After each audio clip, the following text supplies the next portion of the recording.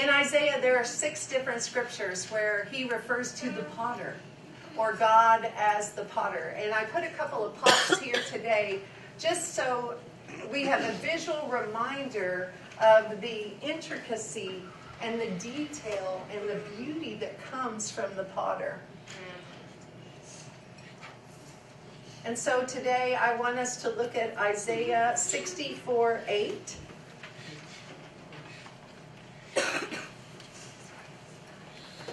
think I like the one I typed better than the one here. O Lord, you are our Father. We are the clay and you are our potter. We are all the work of your hand. And then I love later in Isaiah, they question those of us who tend to elevate ourselves, and it says, woe to you who strive with your maker, earthen vessels with the potter? Does the clay say to the one who fashions it, what are you making? Or your work has no handles. Will you question me about my children or command me concerning the works of my hands? Here's the beauty of this passage. I made the earth. I created humankind upon it. It was my hands that stretched out the heavens, and I commanded all their host. It's a beautiful, beautiful image. If you've ever seen a potter work the clay as they sit and it spins in front of them, and it's just a lump of what looks like mud. And then somehow, in the very patient turning of the clay and the way the hands are moved, that lump of nothing becomes something. Something beautiful and wonderful and amazing. And one of the things that I think is amazing about the process is I've seen people who would begin something, and in the midst of feeling the clay or maybe the texture of the clay, they'll just mush it together and they'll start going a different direction. And so even in the creation process of the clay, the way it's going to look at the end is not finished at the beginning. That it is a process. That everyone is different in some way. Things that are mass-produced are mass-produced. They look the same, every single one of them. And it's interesting that right now in our culture, young adults are very attracted to things that are handmade. I thought it was so funny that my daughter fell in love with knitting. How many 21-year-olds do you know who sit in front of the television and knit? But as I started researching, there's this whole movement in young adults that they are wanting things that are handmade. They love the beauty of the simple little flaws or the special things that make them unique. And so as we think about God as the Creator, it is so important for us to remember that each and every one of us is individual. We are not mass-produced. We are created with the hands that take the time, that use the intimacy to discern who and what we are. We are all given individual gifts. We are all created differently and wonderfully and beautifully. There's a theological term and concept that's been argued about a lot that's called imago Dei, which is the image of God. And Augustine was one of the ones who said that we as people are created almost at an elevated status because we are created in the image of God. But he articulated it as we can look up to the heavens. But for those of us who've been in an airplane and been above the clouds, we know that heaven is not sitting on those clouds, that the ability to look up isn't really the thing that sets us apart. But more theologians have identified being made in God's likeness as one of the following things. Human beings have reason and free will. We have the capacity to step back and think and reason and discern our place in the world and what we want to make of our lives. Our capacity to think and discern right from wrong makes us God-like. Also, at our creation, We were put in charge of the rest of the world, or given dominion over what God had created, with the charge to care for it. These are things that people have articulated are the reason we are made in the image of God. Karl Barth thought that our relationship with God and our ability to have relationship was the thing that made us made in the image of God. So often, those who have not been willing to accept women in the ministry have said that we could not be ministers because we're not made in the image of God. And that is a physical box that limits God to the body of one man. And so I like to think that being made in the image of God is so much more than that little box. That each of us can claim a piece of that. It is not limited to whether you are male or female. In the tattoo culture, they have what's called flash art. And this is the kind of art that you can walk into a tattoo parlor and there'll be a book with different pieces of art or things on the wall. And it's kind of like clip art for tattoos. There's nothing original or unique. You do not have to have an exceptional artist. And it's your mass production tattoo. It takes away the intimacy of what you are having done. It is stock art, unoriginal. It is easy. And our world is full of flash. It is full of easy. It is full of images that we are bombarded with on a daily basis. I made the mistake of turning on the television this week, and every commercial and every interview and everything was about diets. Apparently, for New Year's resolutions, most of the population goes on a diet. That at the beginning of the year that we say we are going to be more healthy. We are going to lose weight. And so all of the sound bites and all the images and all the words I heard on that short amount of time told me to lose weight. That I needed to make a resolution to do that.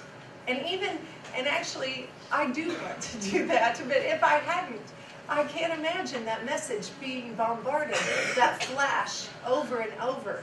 And it used to just be television and radio, but now we have flashes of messages that come to us on our phones and in our pockets, and we never turn them off. When I was in youth ministry, I used to tell the kids all the time, if your friends tear you down and put you down, you need new friends. Because those kind of messages are not the ones that you need to be consuming on a daily basis. Flash is what other people choose for us. It is not what we choose for ourselves. It is not what God desires for us. And most tattoo artists will tell you that they prefer to do original art. That they delight in the creative process and the surprising part of what will come from the person's imagination or their need or their story. So God, in the same way as the tattoo artist, delights in our creation. I said before, he said, it is very good. The detail in our design even includes, in the Bible it says, the numbering of the hairs on our head. And in tattoo culture, they have a thing called a showcase. And a showcase is a person who goes to the same artist over and over again, and all of their tattoos are a testament to that artist's ability. And so I thought, what a beautiful image. If we could claim that we are a showcase for our Creator, that we are an embodiment and a testament to our relationship with God, we could be a showcase of love and grace and beauty and forgiveness. And it has nothing to do with the way we look on the outside, but more about what's on our hearts. There's also an artist that is referred to derogatively by tattoo artists called a scratcher. I'd never heard this term before. Those in the tattoo business call a scratcher a hacker or an unskilled artist who causes pain and swelling more than necessary. Scratchers. are the people that hurt us. We all have had people in our lives who were scratchers. Like I said, people who tear us down instead of build us up.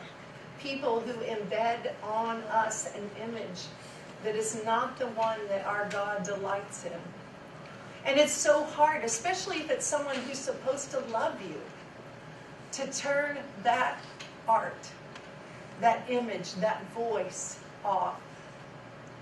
Scratchers try to convince us that the beauty of our creation and our perfect masterpiece made by the holy artist isn't true.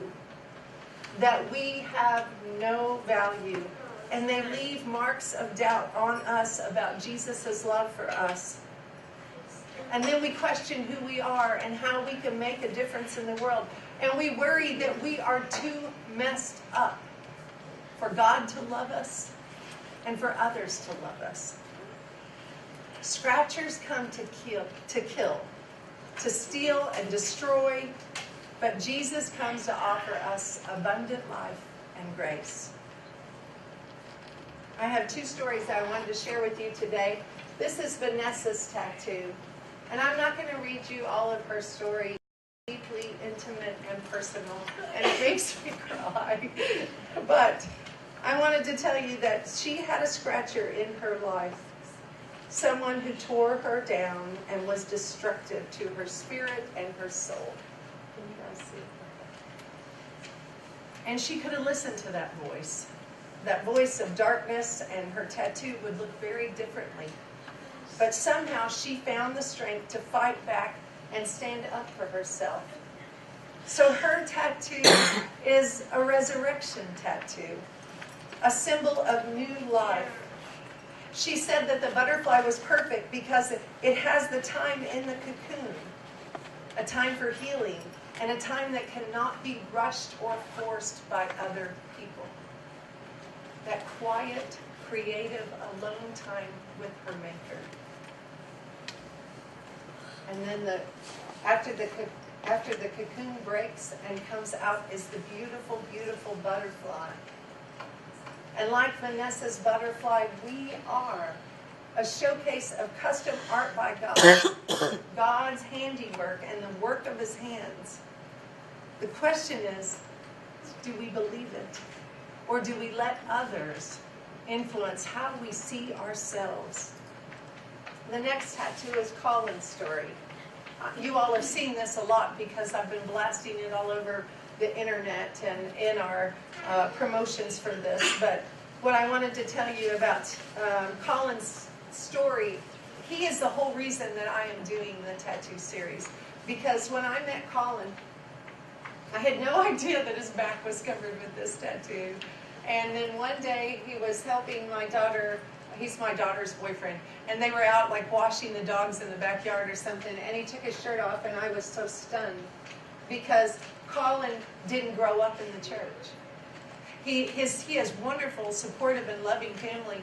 But they never went to church at all. If he did go, he went with a friend.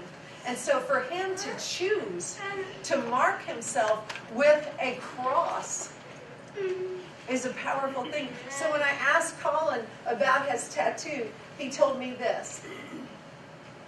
Lindsay was his first friend that passed away in a car accident in high school. He had actually dated her for about a year, and they'd broken up about 4 months before she died. But they had become friends again about 2 months before her accident. She passed away only 4 days after her 16th birthday. Chase was another friend of his. Chase was one of his best friends, and he passed away from a drug overdose that he had after he relapsed after drug rehab. And every day, his senior year of high school, Colin and his friends would hang out at Chase's house. He said that Chase was always the center of attention and he was the biggest clown of the bunch. He would do anything to make them laugh. Chase was 18 when he died. So he designed the tattoo like this. I chose the aged stone cross because it symbolizes the wear and tear that life can put on your faith.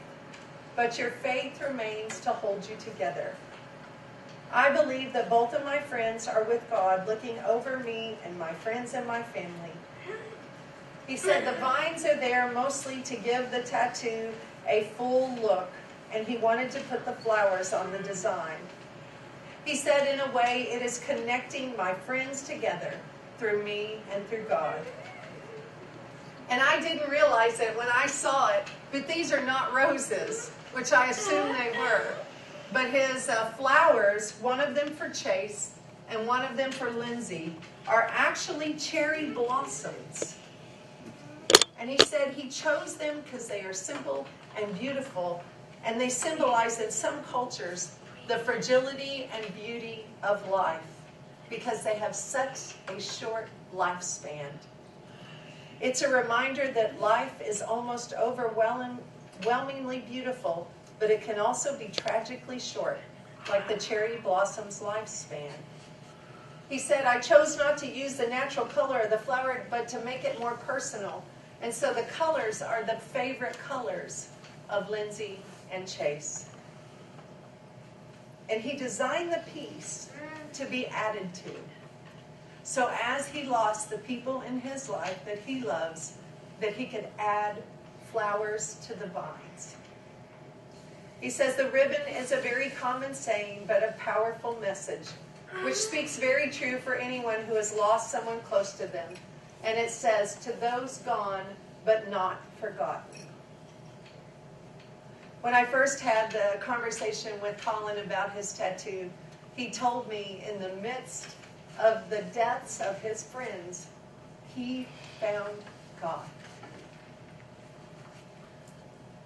And so a young man who had not had the foundation and the grounding of the church, in the midst of the darkest time of his life, chose joy, chose faith, chose God. I picked these tattoos to share with you today because they are both testaments to the power of choice. Either Vanessa or Colin could have chosen to respond to the darkness in their lives with self-destruction or depression. They could have let it block the beauty of their creation and their relationship with the artist who penned them perfectly. But instead, they chose life. Life in relationship with their masterful Creator. A life of intimacy with God that leads to joy and abundance, rather than listening to the scratchers in their lives. We all have that choice. We all have people in our lives that choose to tear us down. We all have moments where we wonder, how are we going to get out of bed another day? And so on this day, I wanted to remind you, you are beautifully and wonderfully made, with an intimacy from your Creator that knows you so well, and that you are never, ever alone. Amen.